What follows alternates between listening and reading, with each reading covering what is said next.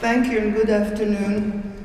I want to first thank Yang and Jayan for having the initiative to create this very unique festival and for the hard work that they put into it. I'm very proud of them, and I am very glad to see that they're succeeding in everything they do.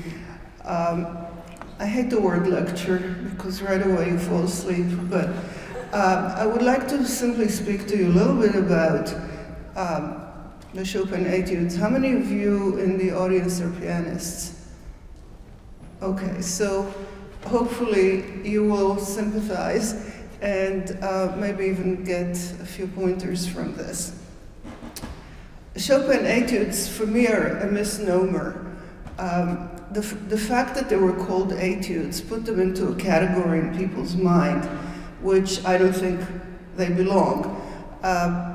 For example, if you take the preludes, some of the preludes are every bit as difficult and as technical as the etudes, and yet nobody treats them as an exercise. As soon as you play the preludes, you're always looking for musical meaning, you're looking for sophistication, you're looking for style. When you play the etudes, right away you think, oh, difficult. And some of them are, but as you see today, we have 9-year-olds who can play them today. In my day, things were very different. Nobody started Chopin Etudes until they were in college. I remember my friend and classmate, Misha Dichter, who was playing the Chopin Etudes at the age of 16, and that was a wonder. I mean, I'm going back to the 60s, so, it's a long time ago. But certainly before the Asian influx into the music world. And his teacher was telling him that the idea is that he should be practicing them slowly for the next couple of years. So by the time he's ready to play etudes when he's 20, he should be able to do them well. So the age span has gotten down and down and down, and I'm convinced that pretty soon people are going to come out of the womb playing Chopin Etudes. Because it seems to be the style. The musical sophistication of these etudes requires just as much thought, as much knowledge of harmony and form, and as much skill as any of his more sophisticated and longer pieces. In fact, if you listen to the etudes or if you play all the etudes, you can pretty much play all of Chopin and encounter every one of the patterns and difficulties that he inserts into the etudes that he uses in the pieces. I am very much in favor of having young people play Chopin etudes because I feel that they serve a purpose that the etudes that there are usually prescribed for young people. The Clementi, the Czerny, the Kramer, there's a whole slew of those, actually causes a problem. It causes a problem because it completely separates the technical from the musical. It creates a chasm between the two. So you're either doing technique or you're doing music. So what happens is that you play the exercises and you fall asleep at the piano. You hate it because it's boring, it's repetitious, and you don't assign any musical meaning to it. So by the time you're done, you're either ingrained in all kinds of bad habits, or you are playing without listening to what you're doing. And one of the things that I think is paramount when you play or teach piano is that the ear is active with every finger that goes down.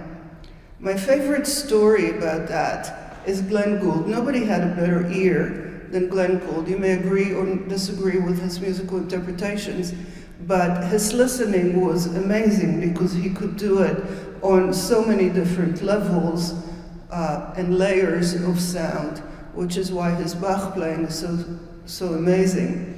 But his father, in one of the books about him, describes that when he was 1 year old, he used to set him on his lap, and he would just play notes on the piano. Now, usually when 1 year olds sit down and play the piano, they bang, or they do this, or they just explore sound. He would hit a single note, and he would sit on it until it disappeared, which is, to me, the most difficult concept that we have to teach students, including some of the college students at Juilliard, and that is that when you strike a note, it's not over. It's just beginning. Something happens to that sound until you strike the next note. And people who play the piano never listen between the notes.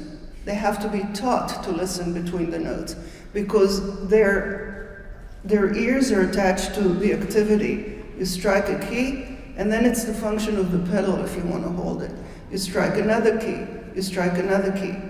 When you play any other instrument, the first thing that you think about is continuity. Because if you are playing with a bow, you're playing a group of notes, not one, with one stroke of what actually makes the sound. If you're playing a wind instrument, you're breathing into it, so whatever notes exist in one breath are always in a line. It's very difficult to play any other instrument unmusically. It's very easy to play this instrument unmusically. And I think that one of the reasons some people can play really well, but not create any kind of emotional response in the audience, is because they were never taught to listen. There's also another element of Chopin which is very unique, and it of course translates into all his piano music, but it translates particularly into the etudes. Because until his time, there were very rigid concepts of how technique should be developed. And one of the rigid concepts was the fact that your wrist had to be completely immobile. The forearm was not to be in operation, and your fingers were supposed to be lifted as high as possible in order to create quote-unquote independence. That sort of went because pianos were not what they are today. If anybody tries to play like that on a Steinway, they would be in a physiotherapist's office very quickly. But those were the rigid ideas in those days. Chopin was not trained by pianists. That's something very unique about him. His first teacher was actually a violinist. So he was pretty much left to his own resources when it came to figuring out how to technically approach the piano. Luckily for him and for us, he was a very natural pianist, and he allowed his hands to move in a way that felt natural to him, so that by the time he was able to play, all his motions were very smooth, and he recognized the fact that you can not move your fingers without moving your arm any more than you can walk without moving your leg, by only moving your feet. People don't make that analogy, although it's a very important one for us to realize that no matter how little a step we take, the entire leg and the entire body and the entire balance goes with that step. And yet we're allowing our fingers to run around without any cooperation from the one element that unifies all the fingers, which is the arm. Not to mention the fact that, 200 years ago, they did not really know, or musicians were not aware of the fact that the muscles that move the fingers really operate here. So by moving the fingers without the arm, you are creating a tremendous amount of tension that is totally unnecessary. And he was really the first one who spoke openly about the fact that tension is not necessary in piano playing. And he was the first one who talked about dropping the arm weight into keys rather than just moving the fingers up and down. So when pianists play Chopin today, the first thing they notice, oh, it's so pianistic. What does that mean? What does, it's like people say, play musically. What the hell does that mean? There is a reason why things feel pianistic, and that is because they're written in such a way that they fall very naturally into the hand, and if you move the hand naturally, you can get to the keys that you have to play very easily. And that means a combination of black and white keys that correspond to short fingers and long fingers, and it also means the fact that the musical motion requires the arm to cooperate with the hand. So the minute you know that this is behind the etudes, all of a sudden you realize that they're not really as difficult as we make them. For example, let's take the first etude, which is everybody's nemesis. At least it used to be when I was young. Now everybody plays it at breakneck speed, and I think that it's, like people who drink oranges every morning. Pianists play the Opus 10 number 1 every day, and by the time they get to be 18 and 19, it's kids play. But it is also an etude that is responsible for a lot of injuries among students, because if they don't know what to do, it is a very treacherous one. Why is that? It starts with a thumb on the lower area of the piano. You probably can't see it, but the thumb, when you play, is at this angle. If it were here, it would be straight with the arm, but here it's not. So if you think about the thumb as something that extends from the hand and you can put it anywhere you want, then you start by doing this, so that the thumb is here. And then in many editions, we don't know if it's Chopin, but in many editions it's marked legato. So what do? You connect it to the second finger, and then to the fourth, and then to the fifth, and before you know it, your hand is like this. So now you're just starting an etude at a breakneck speed, and it's like trying to run a marathon when you cross your legs. It's the same thing. You're creating a tension in the muscles that makes it's impossible to go on. So one of two things happen. You either sacrifice the articulation and you play like this, or you don't play fast. You go, and you connect. But the truth is that if you play the thumb and then you let go out on the second finger and then let go and move your arm to support the finger that's playing. If you want to see it, it would look like this. This is the thumb, then you go out to the second finger, you go forward to the fourth, and forward to the fifth, which means that the motion is this. The arm follows the finger does not hold. So the first question that I get asked is, how do we play legato? So the answer is, when you play that fast, how do you not play legato? I mean, how is it possible to disconnect? I mean, what are you going to do? You're going to do this? You're not. It's going to be like this. And then you can't hear the space between the notes when you play fast.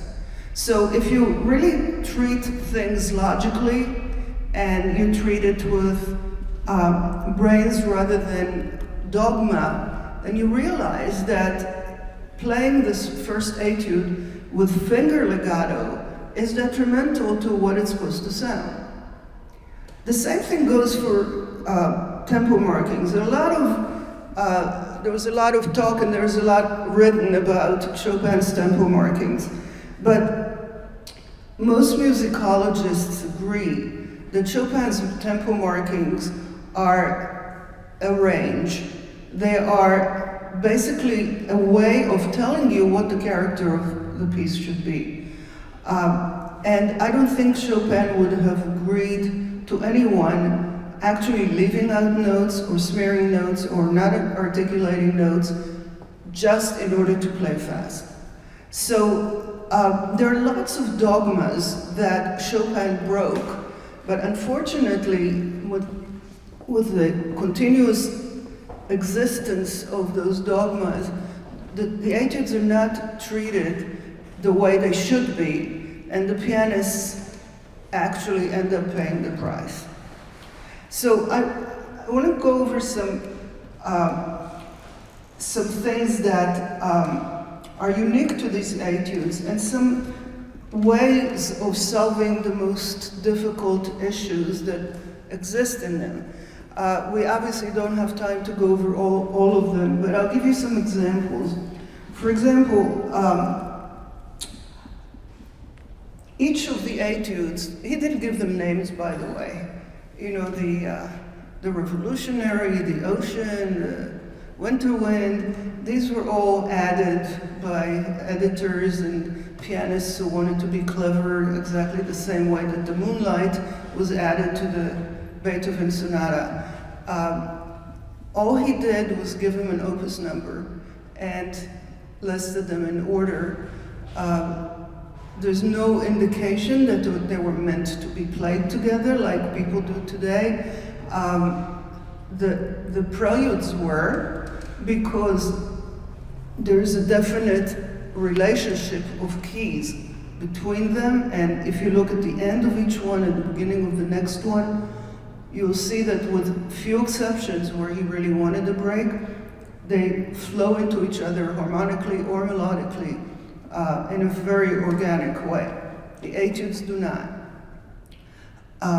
I don't think that he meant for them to be together any more than Bach meant for his preludes and fugues to be not just not played together, but performed all together in public, because they were not concert pieces, they were exercises for his sons to learn composition. So the idea of putting them together has become a tour de force. Look at me, I can play all the Chopin etudes. And I think that for me personally, it hurts the program. It's different when we have a situation like today where the performers went through a competition process and also were playing all the Chopin works, so might as well play all the Opus 10 and all the Opus 25 together.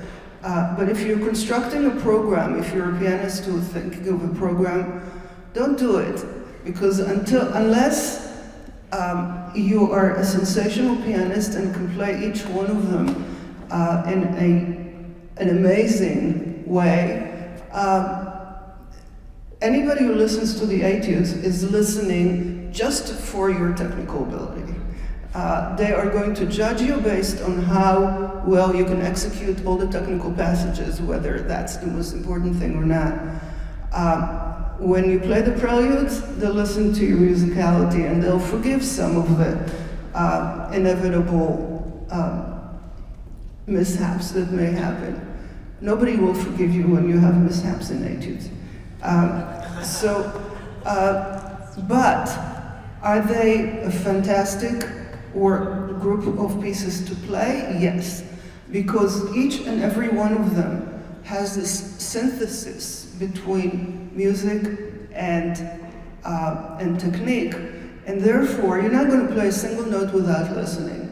And that is the key, that you establish a musical goal that is achieved through the technical elements, not the other way around.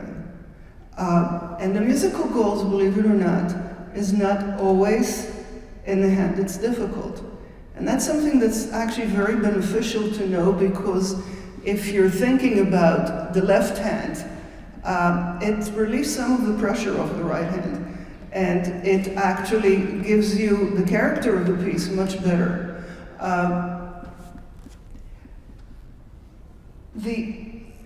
Chopin was very cognizant of how to move from finger to finger and how to articulate things in a way that will achieve a musical result. So we have different etudes that deal with different types of articulation, and they should not be treated the same. I get very upset when I hear people who play Chopin etudes and just practice them staccato because this way every note is being heard. It's being heard, but you're playing it in a way that you will never be able to play when you perform the piece. And you don't want it to sound like that when you perform the piece. So I think that if you really establish what the articulation is supposed to accomplish, then you practice much more intelligently. So the first etude, one of the pianists here, what do you think, why do you think he wrote arpeggios with this kind of span? Why didn't he write, why did he write a span of a tenth, which immediately creates a difficulty? But there's a reason for it, and what is it? Anybody?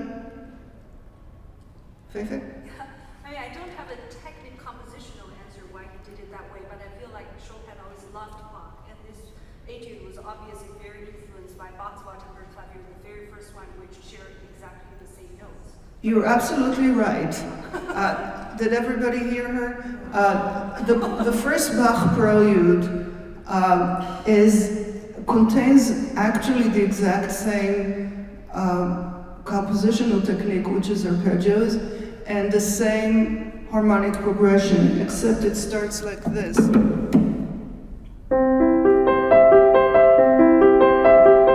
And that's about the tempo too. This is like this, and the tempo is a little bit faster. So why do you think he wrote it that way? Why? I know that in terms of the harmonic progression, he was imitating Bach for sure, but he was after a completely different result. Anybody? Yeah? Yeah, the flexibility of the hand and the arm. He had a hand that could open and close very easily, and he didn't want to stretch things. He wanted people to move their arms more to facilitate the intervals. Yes, that's definitely part of it. He had a very large hand and it could open and close very, very easily. And the fact that it was such a big span made it impossible to play without using the arm. You can play an arpeggio like this without using the arm. It's wrong, but you can do it. You cannot do this without moving the arm, because otherwise you'd have to leave it here and take your hand and put it somewhere else. So, yes, definitely that's part of it. But also, if you play the etude correctly, it's a huge sweep to the top. The bass actually gives you the foundation, the infrastructure to the piece. And the motion of the bass is actually paramount here. And we'll talk about the importance of the left hand compositionally and structurally in Chopin. But the right hand goes from here to here in a very short span. So if you play it well and if you articulate, you create a situation where you have a rocket that shoots you to the top, and then you come back down, and then a new rocket, you know, much like what happened in Israel a few days ago. Another rocket shoots to the sky, and then it gets shut down, and another rocket. And so every one of these is a huge sweep, or what Schumann would call Aufschwung, to the top note. So if you practice it like this, it's going to sound pretty awful, even though it's articulated. But if you recognize that, and you recognize that the beats come on these notes, then you practice the crescendo to the top.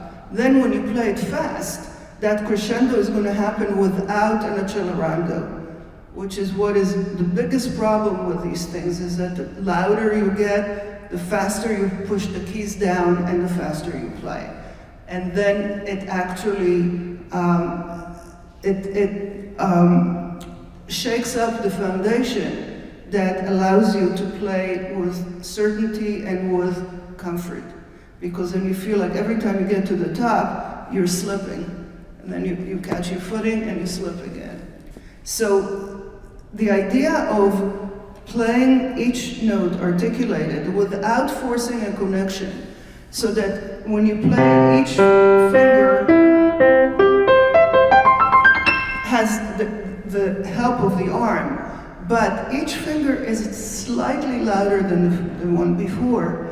You're developing not only the skill of playing fast, or the skill of moving your arm with the finger, but you're also developing the skill of being able to create crescendos and diminuendos. And if you were listening to Giant's revolutionary etude, you heard those sweeps. You heard, and that comes from working on exactly how each note sounds in relation to the one before. So to me, the 12th etude is sort of a counterpart to the first. The first is right hand, and the 12th is left hand. And we're very grateful to him that he wrote a few etudes that employ the left hand in an equitable way to the abuse that the right hand suffers all the time. Because first of all, it allows us to rest the right hand, and it also allows us to develop the left hand the way the right hand is developed. So that's one kind of articulation. The articulation of number 2, which is probably one of the most difficult ones, because it's not just, this would have been tough enough if you had to do it, but it's got chords underneath each one. I'm not going to attempt to play it because I will embarrass myself, but the idea here is to be able to cross the fingers over the fifth finger, and to play very evenly and very lightly, as opposed to the first one, which is big. The same thing happens with number 4, which has clarity and drama. The first one doesn't have drama, it has, expansion. It has, the second one has very dainty sounds. The fourth one is very dramatic. It's the articulation is heavy, not heavy in the sense that it's stuck, but it's heavy in the sense that the sound is big, and it's actually required that you keep the tempo very steady by two things. One is the indication that he writes, which is and he does that in Opus 10 number 8 as well, where the first note of every beat has an accent on it. Now that doesn't mean that you have to play. That's not what it means. It means that this is the note that coincides with the left hand.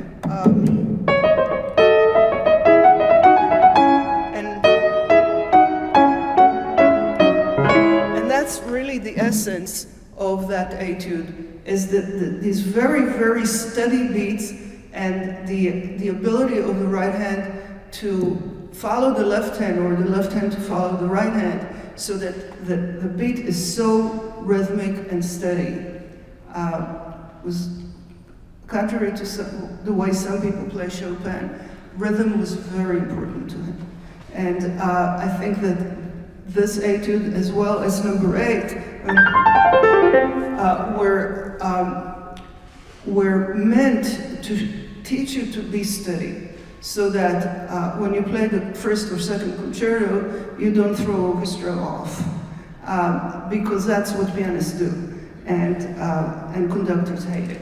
So if you really follow his directions and you follow his spirit more than his metronome markings, you're going to really develop as a pianist and as a musician, because you are going to realize that every single one of these etudes, every note is pre-calculated and is meant to create a musical outline. I want to show you some left hands that are really significant. As I said in number 4, it's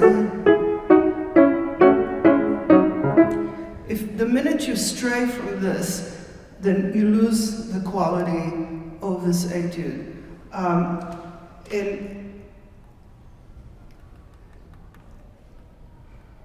In number 6, which is to me one of the most beautiful pieces he wrote, the E flat minor.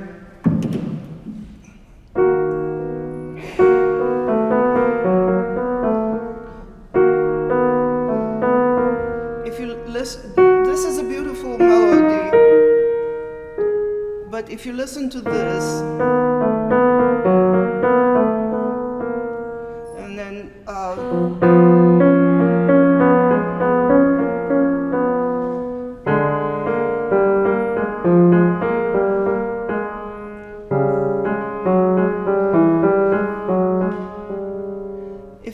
if he just wrote that, you would say, "Oh my God, this is so touching. This is so so poignant. It's so amazing." But that's the accompaniment. So you can't play this etude and discard the left hand, because the way you play these intervals,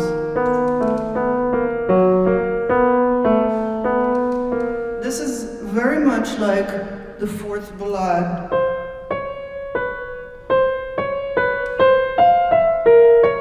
That kind of chromaticism, and when you play the fourth ballade, everybody tries so hard to make such a beautiful line and to make sure that they do justice to this beautiful melody. This is just as important. And I don't think that anybody should play it any faster than you can hear those poignant intervals, because this is one of Chopin's greatest strengths, is to create intervals in his melodic lines that just, they kill you inside. They twist your insides and they do something to you. You cannot be indifferent when you hear it, but you have to recognize the fact that it's there.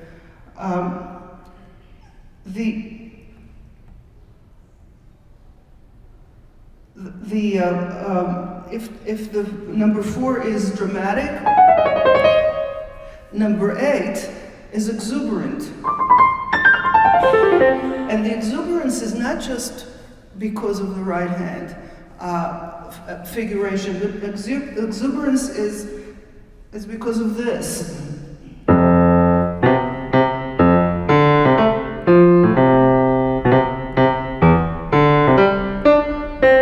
That's what creates the exuberance. So if you play the right hand really well and the left hand sounds like a dud, it's not what he had in mind.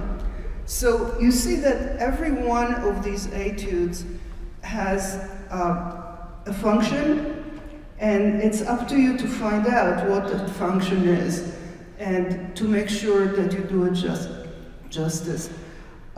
One thing that you're going to see a lot of in the etudes, maybe even more than you do in some of the preludes, is hairpins, these crescendo and diminuendo markings.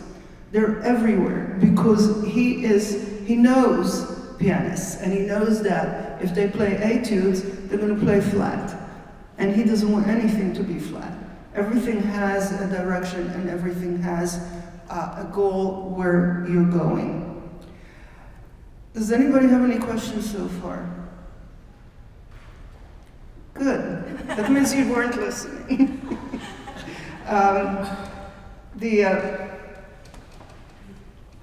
The next thing I want to touch on, even though it's really difficult to do, in this kind of setup is some solutions of how to deal with the technical difficulties of these etudes. So we talked a little bit about the first one and the fact that the arm needs to take, basically you move the arm in circular motions like this, and what you do with your hand is you create figure sixes. You do this, I'm exaggerating, and then you turn around and you do this, and you do this, and then going back you do it the other way. So you have figure sixes all the time, which means that your arm then moves in a circular motion. One of the things that is so important to know when you move your arm, especially if you're moving it very fast, is that it does not function very well in straight lines. One of the things that people think of when they play the first etude is that the shortest distance from the thumb to the fifth finger is a straight line. So I'm going to do this. The truth is that our body does not function in straight lines because all of our joints are circular. So if you do that, if you say, okay, when I play, I'm going to just move in a straight line. That means that when you walk, you should shuffle your feet because that's a straight line. Try to walk that way and see how far you get. When you walk, you're creating a lot more distance with your leg and foot than there is in a straight line. Because you're going to bend your knee, you're going to pick up your foot, and you're going to put it down again. So the foot actually moves again in figure sixes like that. The minute you know that, and the minute you are aware of needing to find that circular motion of the arm, meaning that the arm, the forearm, is moved by a joint at the elbow. So it's basically the forearm from the elbow that moves like this. And Chopin spoke a lot about the need of the elbow to relax. Because the minute you start playing fingers only and you try to move around the piano, everything tightens up here.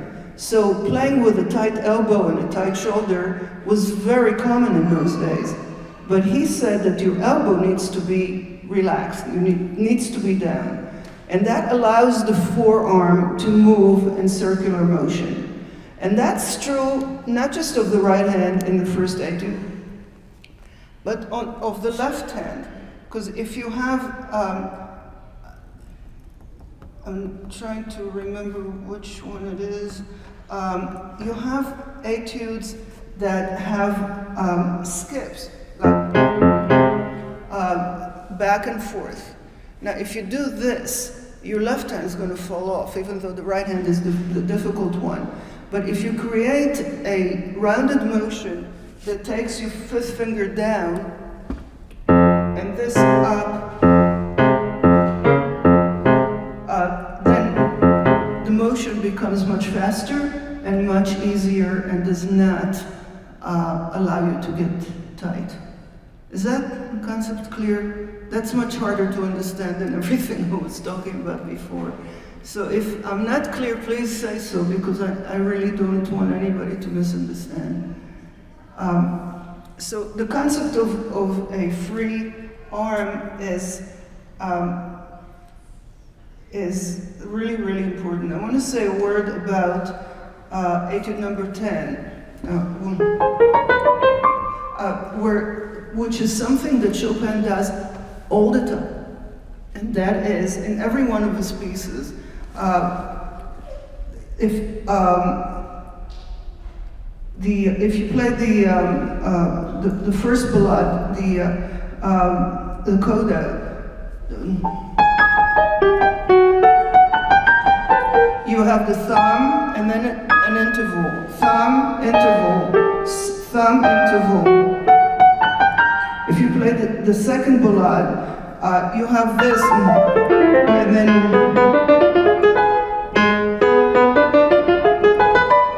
and that's really hard if you hold on to the thumb, because then then you're playing the whole passage like this. So every time you have that, regardless whether the thumb is important or not, because in this etude, the thumb sometimes is important. The second time you play it, it is. The first time you play it, it's the top note. But regardless, you never hold the thumb going to the interval. Don't worry about it not being connected, because the pedal will hold it, and the speed is going to take care of itself. So it's if you do, you don't hear this, but that's what I'm doing, and that allows you to focus your arm not on the thumb, because the thumb is very good at taking care of itself, but the interval is going to be very uncomfortable if it's played like that. Whereas if it's played like this, it's going to be very balanced and much stronger too, because if you do this,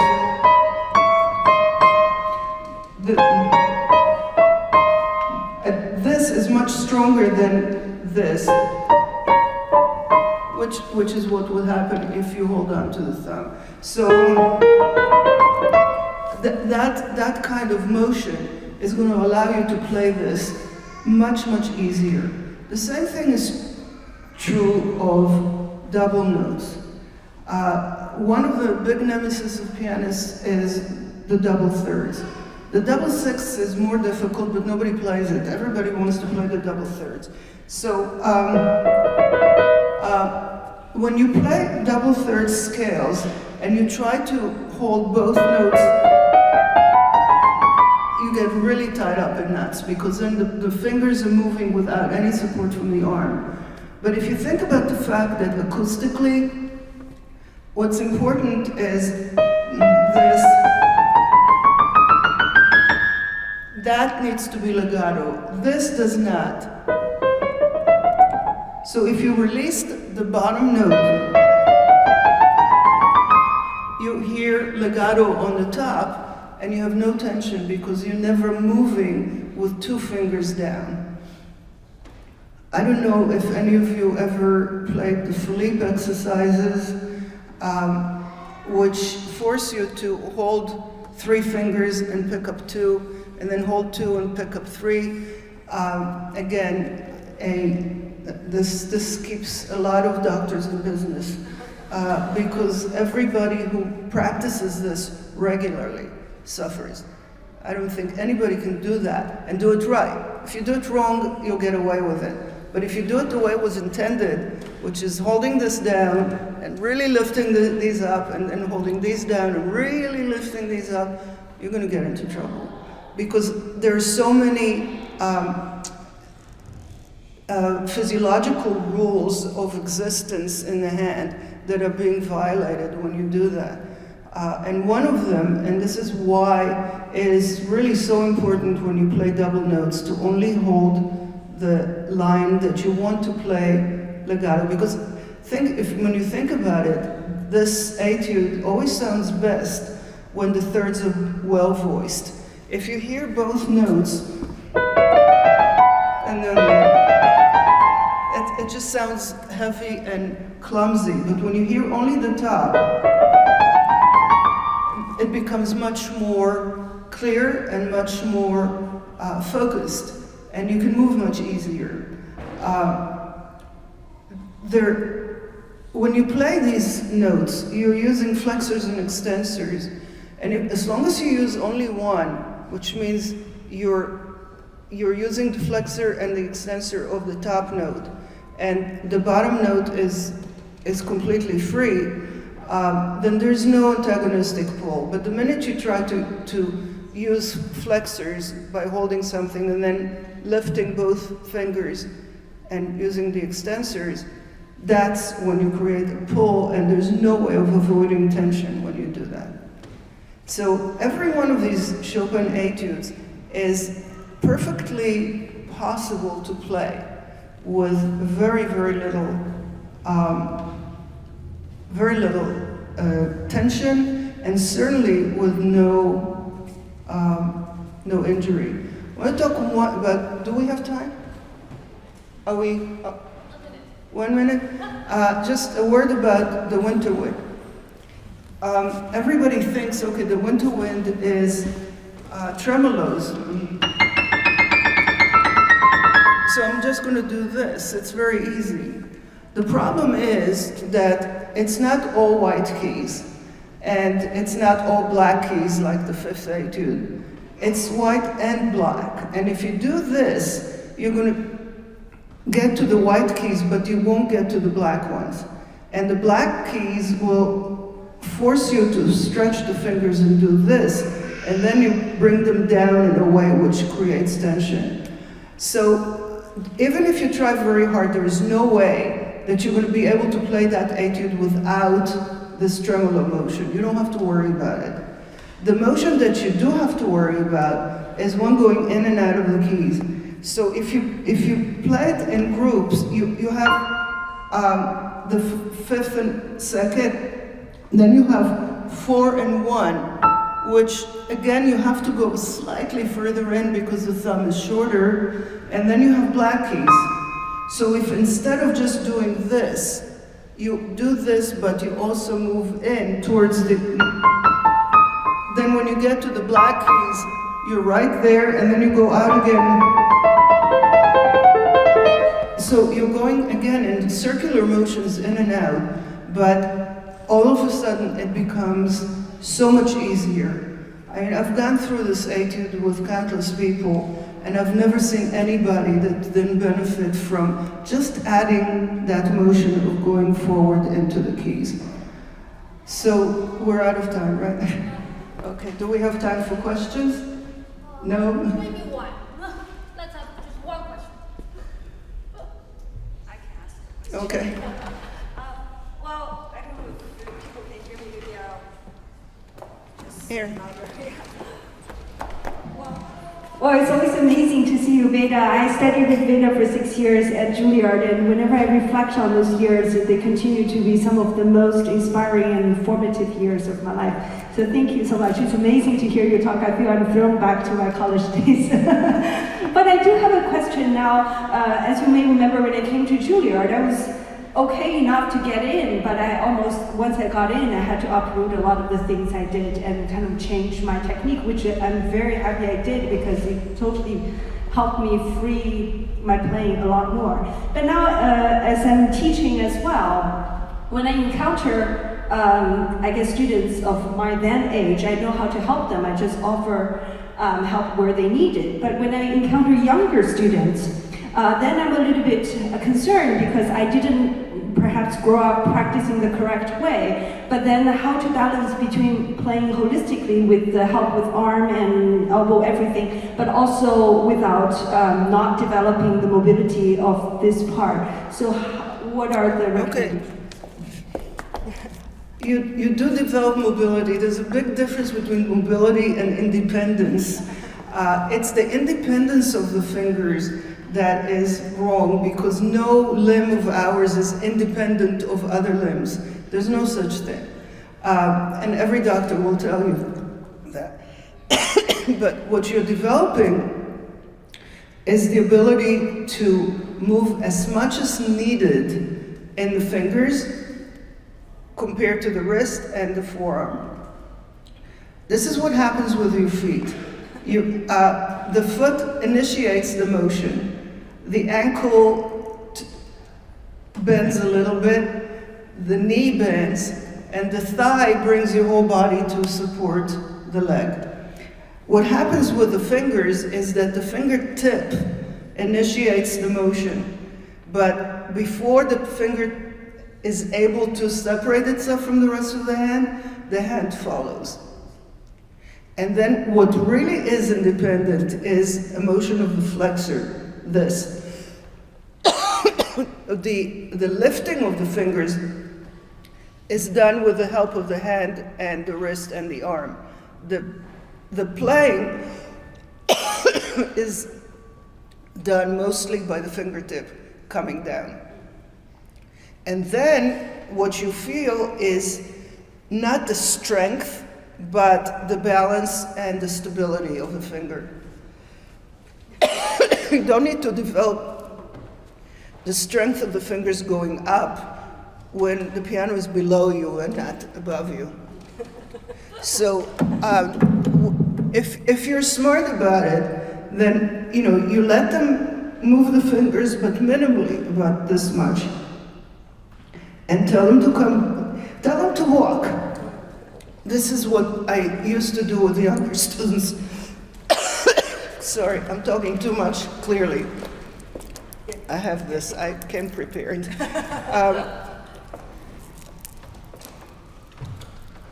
Every kid knows how to walk. They don't have to learn how to walk. By the time they're 1 year old, they're going to start walking. But no kid is going to put one foot ahead of the other until he's perfectly balanced, until he feels complete balance on both feet. Then he's going to start moving. And we start running all over the keyboard, up and down, with no sense of balance. And what you want to teach them is balance. In fact, if you're teaching beginners, only make them play with these 3 fingers on black keys. And then they'll do things very naturally. Because they will move the right way if the thumb doesn't make them do this. Do not ever start kids with 5-finger exercises, because that's what it does. But if you teach them to move this, which is very easy, the thumb will follow and the 5th finger will follow. But it's the independence of the down motion that creates the articulation, not the lifting. Yes. Is that good? Yes, thank you so much.